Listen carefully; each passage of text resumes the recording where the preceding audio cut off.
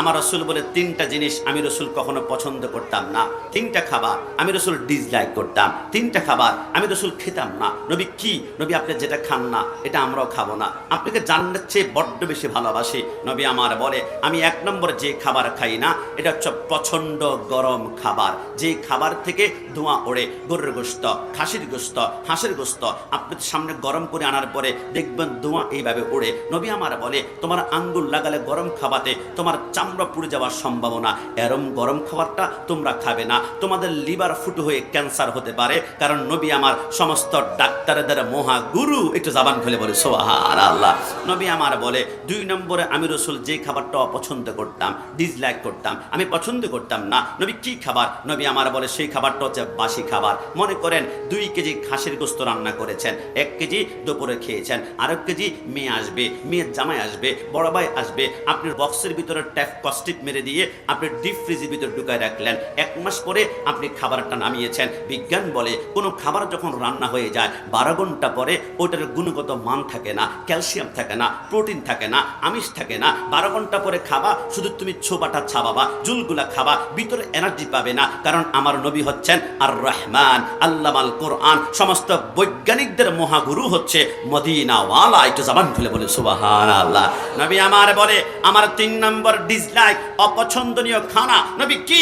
নবী আমার বলে আমি কখনো দুর্গন্ধযুক্ত খাবার খেতাম না। কাঁচা পেঁয়াজ, কাঁচা রসুন, আপনি একবার কাঁচা পেঁয়াজ রসুন খেয়ে আপনার স্ত্রীর সাথে একটু কথা বলার চেষ্টা করুন, দুর্গন্ধ, কথা বলা যাবে না, ব্রাশ করে এসো, দাঁতের মাজন দিয়ে দাঁত পরিষ্কার করে এসো। একজন স্ত্রী দুর্গন্ধের কারণে কথা বলতে চায় না, আমার আল্লাহ বলে কারামান কাতিবিন, 2 জন ফেরেশতা তোমার সাথে থাকে, তোমার নবী তোমার দিলের নিকট থাকে, আমি আল্লাহ শাহিরগের নিকট থাকি। তুমি দুর্গন্ধযুক্ত খাবে না, তুমি আতর মাখো। অনেক দিন পরে তোমার বন্ধু তোমার সাথে দেখা হলে আতরের কারণে তোমাকে বুকে টান দেবে, যেইখানে রাসূলের সুন্নাত লাগবে ওইখানে আমার আল্লাহ বন্ধুত্বের ভিতরে মহাব্বত বাড়িয়ে দিবে। জোরে বলে সুবহানাল্লাহ।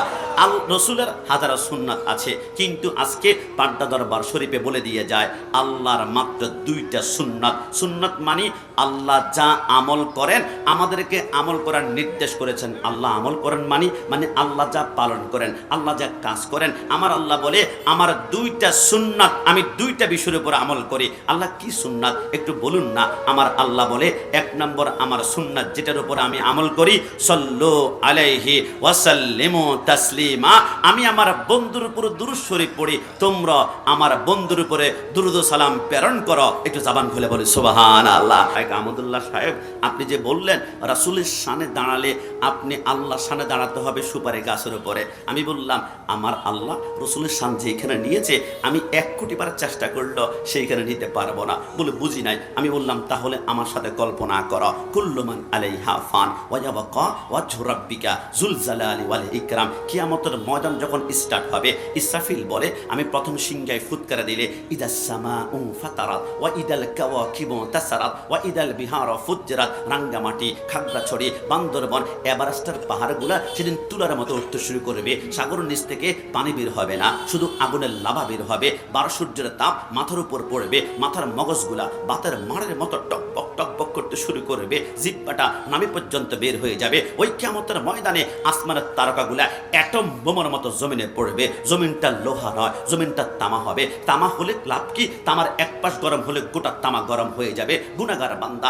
ফা পেলার সাথে সাথে পায়ের চামড়া গুষ্টিগুলা মোমের মতো গলতে শুরু করবে। এবার আমার আল্লাহ বলে ইসরাফিল 2য় সিংহায় ফুৎকার দাও। ইসরাফিল আলাইহিস সালাম বলে আমি 2য় সিংহায় ফুৎকার দিলে তামাম দুনিয়াকে আমার আল্লাহ আসমান, জমিন, আরশ, কুরসি, লৌহ কলম সব তামা তামা করে ফেলবে। এক প্রান্ত থেকে অন্য প্রান্ত পর্যন্ত সমস্ত কিছুকে একটা সরিষার দানার মতো দেখবে।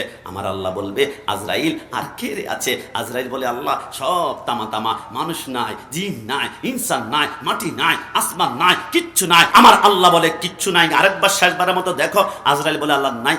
নাই বলার পরে আজরাইল আটকে গিয়েছে। আমার আল্লাহ বলে কিরে আজরাইল কি হয়েছে?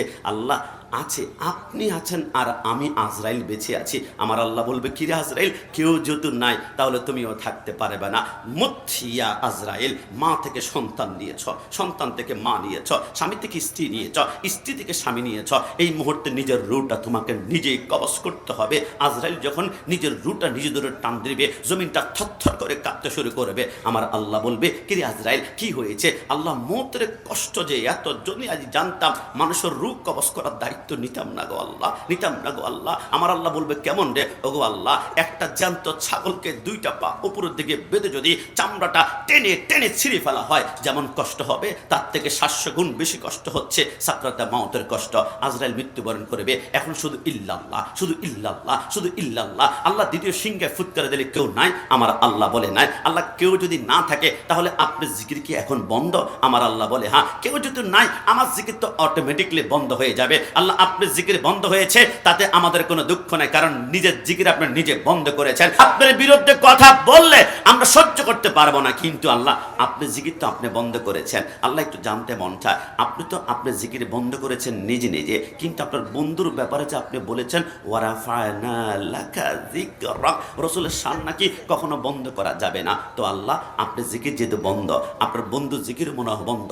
আমার আল্লাহ বলে, খবরদার, আমার জিকির বন্ধ হয়েছে কিন্তু আমার বন্ধু জিকির বন্ধ হবে না। খবরদার, আমার জিকির বন্ধ হয়েছে, আমার বন্ধু জিকির চলবে, বন্ধু জিকির চলবে, বন্ধু জিকির চলবে। আল্লাহ, আপনি জিকির তো আপনি বন্ধ করেছেন, কেউ জিকির করার নাই, তো আপনার বন্ধু জিকির এখন কে করবে?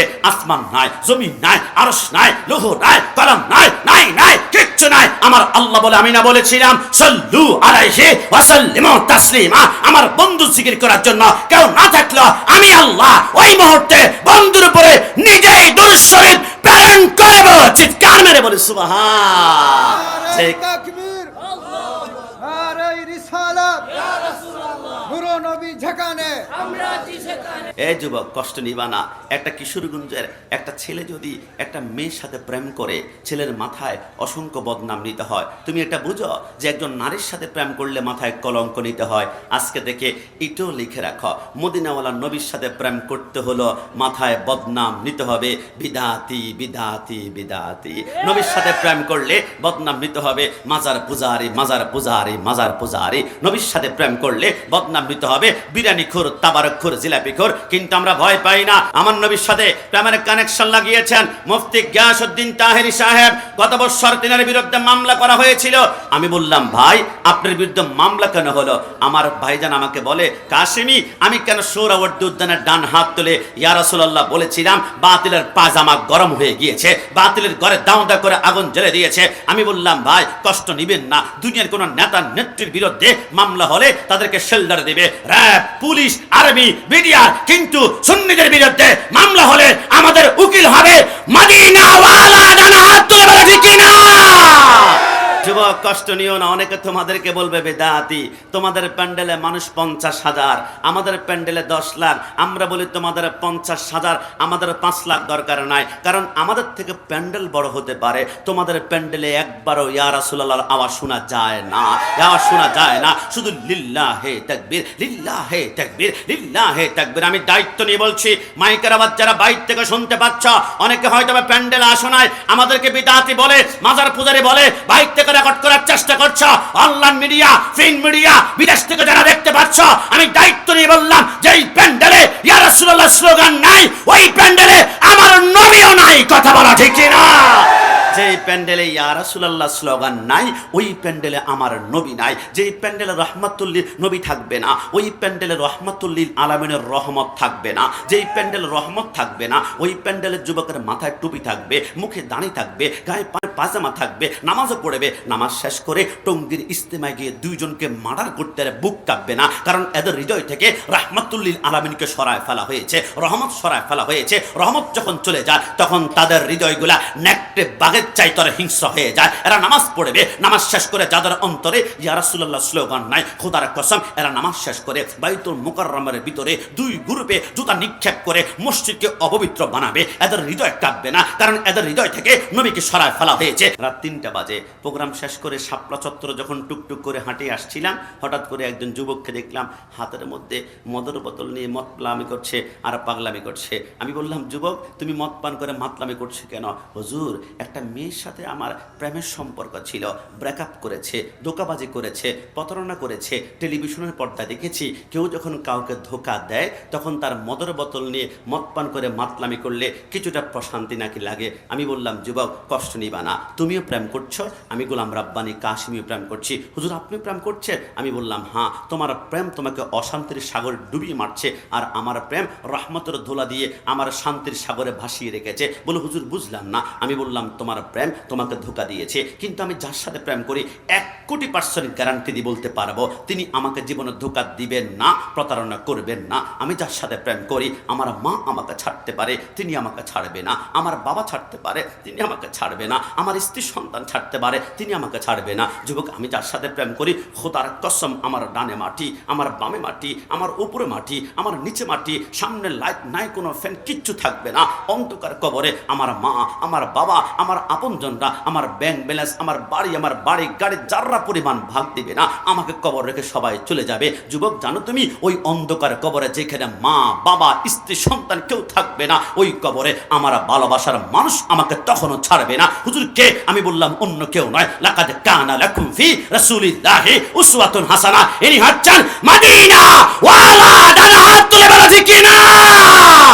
ভালো যদি বাঁচতে হয়, না না না, আমাকে কষ্ট নিবা না। অনেকে হয়তো বা বলবা, আমি যদি জিজ্ঞেস করি তুমি কেন একজন নারীর প্রেমে পড়লা, আমাকে হয়তো বা বলবে তার ডাগর ডাগরের চোখ আমাকে পাগল করেছে, হয়তো বা বলবে তার হরিণের মতো আঁখ আমাকে পাগল করেছে, হয়তো বা বলবে এত বড্ড মায়াবী চেহারা হুজুর আমি কন্ট্রোল করতে পারি না। যুবক, কষ্ট নিবা না। মনে করো চোখ অথবা চেহারার কারণে প্রেমে পড়েছ, পরের দিন সকালবেলায় কেউ যদি হাতের মধ্যে অ্যাসিড নিয়ে তার চেহারার মধ্যে মেরে দেয়, চেহারাটা যখন পুড়ে যাবে, চোখগুলা পুড়ে যাবে, তোমার ভালোবাসার জিনিস নষ্ট হয়ে গিয়েছে, তোমার ভালোবাসা 1 মিনিটে নষ্ট হয়ে যাবে। কিন্তু আমি কাশেমি পাড্ডা দরবার শরীফে যারা বসা আছি, এমন একজন নবীকে ভালোবাসি, জীবনে চোখ দেখি নাই, হাত দেখি নাই, পা দেখি নাই, ঠোঁট দেখি নাই, শুধু শুনেছি তলাহাল বাদরু আলাইনা, নবী আমার পূর্ণিমার চাঁদের চাইতে সুন্দর। আমরা শুধু শুনেছি হুসনে ইউসুফ পে কাটি মিসরে মে আঙ্গাস্তে জাতি হে তেরে নামে ফে মর্দানে আরব। ইউসুফ আলাইহিস সালামের রূপ লাবণ্য দেখে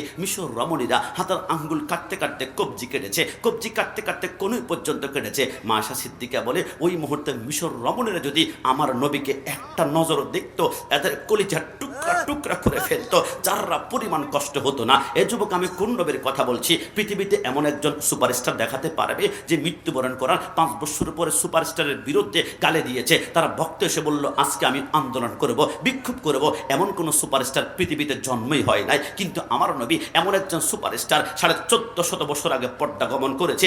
এখন নবীকে কেউ যদি সাংবাদিক বলে, আমাদের মাথার রক্ত ঠিক থাকে না। নবীকে কাউবয় বললে আমরা বরদাস্ত করতে পারি না। নবীকে 6 প্যাক বললে সম্পত্তির কোনো সমস্যা নাই, তারপর কন্ট্রোল করতে পারি না। নবীকে নিরক্ষর বললে আমাদের মাথার রক্ত গরম হয়ে যায়। জানো তোমরা, ওই নবীর জন্য আমরা রাজপথে নামতে পারি, আমরা রাজপথে নামতে পারি। আমরা কিশোরগঞ্জে রাজপথে যখন নবীর পক্ষে আমরা আন্দোলন করব, আমাদের কলিজা রাবার বুলেট মারবে, কাদান গ্যাস মারবে, 147 মারবে, আমাদের কলিজা টুকরা টুকরা হবে। কিন্তু এই কলিজা থেকে ইয়া রাসূলুল্লাহ আওয়াজ কোন বাপের বেটা বন্ধ করতে পারবে না। ডান হাত তুলে বলে ঠিক কি না?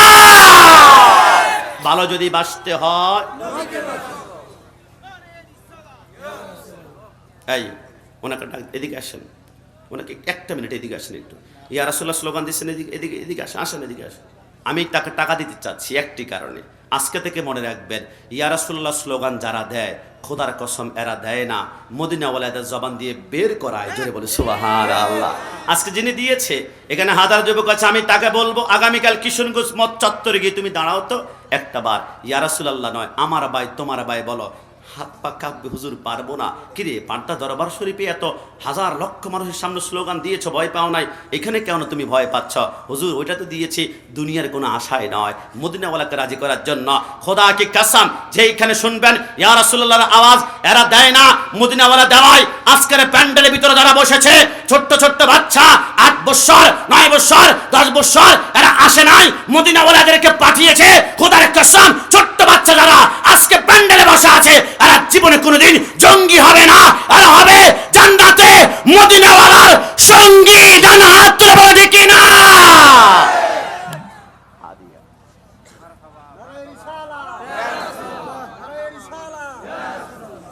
আজকের মাহফিল থেকে যারা চাঁদাবাজি করো, বিভিন্ন চাঁদাবাজ ভাইরা আছে, চাঁদাবাজি করো না। রসুল্লাহর প্রেমে ইয়া রাসূলুল্লাহ স্লোগান দাও, হরকে ইশকে মুস্তফা সামানে উস্ত বাহার ওয়া বারদার গোশায় দামানে উস্ত। কসম খোদার ইয়া রাসূলুল্লাহ স্লোগান দাও। আমি কাশিমি নবীর প্রেমের কথা বলি, আল্লামা তাহিরি নবীর প্রেমের কথা বলে। যুবকরা রাত 3টা বাজে বসা আছে, একমাত্র নবীর জন্য দেওয়ানা হও, তামাম দুনিয়া তোমার কদমে সে হাজির হয়ে যাবে। কথা বলো ঠিক কিনা? এজন্য সর্বশেষ স্লোগান, ভালো যদি বাঁচতে হয়, সর্বশেষ ভালো যদি বাঁচতে হয়, না এখন তুমি আমাকে বলবা, হুজুর আমি যাকে ভালোবেসেছি এর চেহারা বড্ড সুন্দর, কিন্তু নবীর চেহারা কেমন ছিল একটু বলুন না। যদি একবার প্রেমের কানেকশন লেগে যায়, নবীর জন্য দেওয়ানা হয়ে যাব। যুবক মা আয়েশা সিদ্দিকা প্রশ্ন করেছিল, নবী আপনি সুন্দর নাকি ইউসুফ নবী সুন্দর? নবী আমার মুস্কি হেসে বলেছিল, জামালি মিসলুল মিলহে। আয়েশা আমার সৌন্দর্য হচ্ছে লবণের মতো। রসুল সৌন্দর্য আবার লবণের মতো কেমনে হয়? নবী আমার বলে, শুনো, মনে করেন আপনাদের কিশোরগঞ্জে একজন কোটিপতি আছে, আগামীকাল সকালবেলায় 10 লক্ষ টাকা খরচ করে 2000 মানুষকে মেজবানের আয়োজন করেছেন। তিনি দুবাই থেকে মশলা এনেছেন, ওমান থেকে ঘি এনেছেন, ইন্ডিয়া থেকে বাসমতি চাল, আর বাংলাদেশের top of the one cooker 1 নম্বর বাউচি খবর দিয়েছেন। রান্না করো রাত 3টা বাজে, গরম তেলের মধ্যে যখন দুবাইয়ের মশলাগুলো ছেড়ে দিয়েছে, হঠাৎ করে একটা সেন্ট বের হলো, একটা গ্রান বের হলো। মানুষ বলল, ওয়াও ফ্যান্টাস্টিক, মাইন্ড ব্লোয়িং, অসাধারণ একটা মেজবানি হবে। যেই পরিমাণ গ্রান বের হয়েছে, খাবো আজকে তৃপ্তি সহকারে। সকাল 7টা বেজে রান্নার শেষ প্রান্তে এসে বাউচ্চি চিন্তা করলো, লক্ষ টাকার মশলা দিয়েছি, লবণ 1 কেজি 40, 2 কেজি 80, 3 কেজি 120, 100 টাকার লবণ না দিলে কি বা হবে? বাদ দে, লবণটা আমি দিলাম না। খাবারের টেবিলে বসা পর্যন্ত মানুষ বলবে, যেই পরিমাণ গ্রান, এত দারুণ ফ্যান্টাস্টিক, 2 প্লেটের জায়গায় 3 প্লেট খাবো, কিন্তু লোকমাটা মুখের ভিতরে দেওয়ার পরে বলবে, না কোনো স্বাদ পাই না। নবী আমার বলে, খাবারের লবণ না দিলে যেমন খাবারের স্বাদ পাওয়া যায় না, আমি রাসূলের নূর যদি ইউসুফের ভিতরে না ঢুকতো, ইউসুফকে জিন্দিগিতে কেউ কোনোদিন সুন্দর বলতো না। আমি রাসূলের নূর যদি আসমানের চন্দ্রের ভিতরে না ঢুকতো, চন্দ্রকে সুন্দর বলতো না। আমি রাসূলের নূর যদি আসমানের সূর্যের ভিতর না ঢুকতো, সূর্যকে সুন্দর বলতো না। আমি রাসূলের নূর যদি গোলাপ ফুলের ভিতর না ঢুকতো, গোলাপ ফুলকে সুন্দর বলতো না। আমি রাসূলের নূর যদি আমাদের কক্সবাজার ঢেউর ভিতর না ঢুকতো, কেউ সুন্দর বলতো না। আমি রাসূলের নূর যদি নিকলি হাওরের ভিতর না ঢুকতো, নিকলি হাওরকে কেউ সুন্দর বলতো না। মনে রাখবা, দুনিয়ার যে কোনো দৃশ্য দেখে যদি মনে হয় ওয়াও ফ্যান্টাস্টিক, এত সুন্দর কেমনে হতে পারে, মনে করবা প্রত্যেকটা দৃশ্যের ভিতরে মদিনাওয়ালার প্রেমের ঝলক, নূরের ঝলক আমার আল্লাহ একবার লাগিয়েছেন তো লাগিয়েছেন। জোরে বলি সুবহানাল্লাহ। ভালো যদি বাঁচতে হয় তো প্রেমের গজলটা আমরা গাই, ভালো যদি বাঁচতে হয় নবীকে বাসুন, ভালো যদি বাঁচতে হয় নবীকে বাসুন। নবী তরানে ওয়ালা, নবী বাঁচানে ওয়ালা, প্রাণের চেয়েও প্রিয়, তাই প্রাণের চেয়েও আই নবীকে বাসুন, ভালো যদি বাঁচতে হয় নবীকে বাসুন। শেষবারের মতন 1 জাররা পরিমাণ জবান বন্ধ রাখবেন, সবাই একসাথে, ভালো যদি বাঁচতে হয় নবীকে বাসুন। মদিনাওয়ালাকে মৃত্যুর আগ পর্যন্ত ভালোবাসতে পারি। গোলামানে মুস্তফা জান দেনে সে नहीं डरते, ये सर कट जाए ये रह जाए कुछ परवाह नहीं करते। মৃত্যুর আগ পর্যন্ত মদিনাওয়ালার গোলামি করতে পারে। আল্লাহ আল্লাহ প্রত্যেকের তৌফিক দান করুক। সবাই জবান খুলে বলি আমিন। ওই নবীর প্রেম মোহাব্বত যারা অন্তরে রেখেছে এদেরকে আহলে সুন্নাত ওয়াল জামাত বলা হয়। নবীকে দাঁড়িয়ে সালাম দিবে, বাতিল জ্বলে পড়ে ছারখার হয়ে যাবে। নবীকে দাঁড়িয়ে সালাম দেওয়ার মাধ্যমে এদের বিরুদ্ধে একটা প্রতিবাদ করব।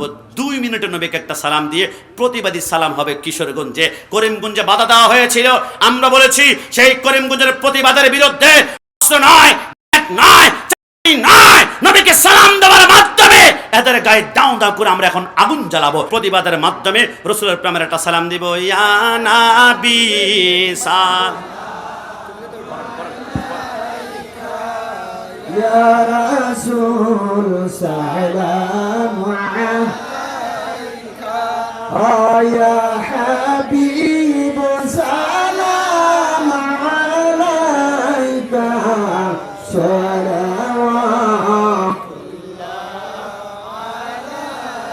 সাইয়্যিদি ইয়া রাসূলাল্লাহ,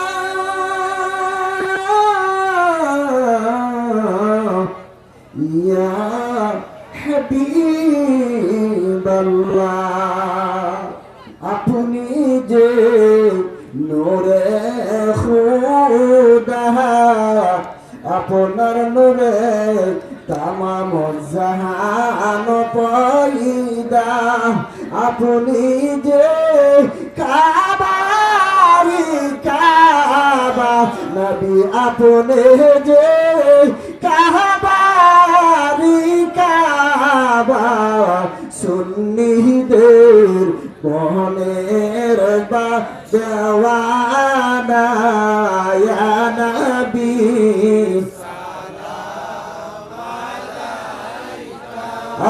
ইয়া রাসূল সালাম আলাইকা,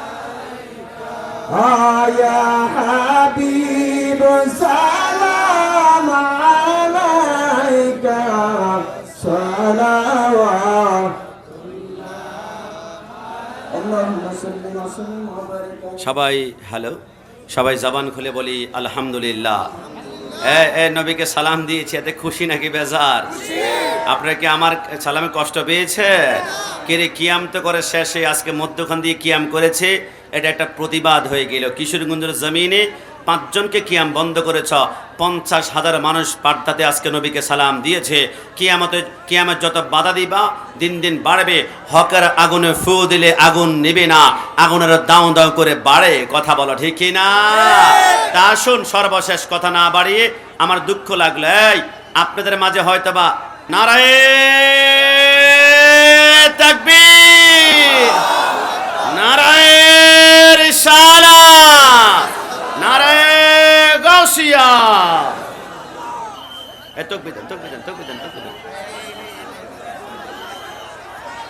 নারে তাকবীর, নারে রিসালাত, মুফতি তাহের সাহেবের আগমন, খায়রি হুজুরের আগমন, নারে তাকবীর, 10:30 নারে রিসালাত, আহলে সুন্নাত ওয়াল জামাত জবান করে বলে আলহামদুলিল্লাহ, আর বড় করে বলুন মারহাবা।